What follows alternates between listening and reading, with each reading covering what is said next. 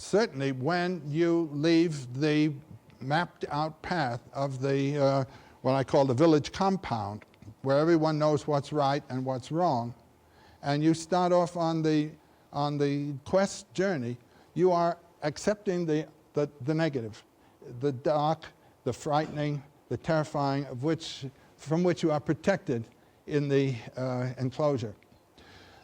Jung said something very interesting once, and I've thought about it and talked about it with other people, and it seems it's quite true. Religion generally is a protection against the experience of God, which would be too much for you, do you see? And you get it in small doses as it fits where you happen to be and what you're ready for. But you see what happens when Actaeon was not ready and experienced the goddess. It goes to pieces. He's transformed into a stag and consumed by his own nature. So one has to be respectful of these right-hand organizations, but understand that they're not absolute. They are conditional to you.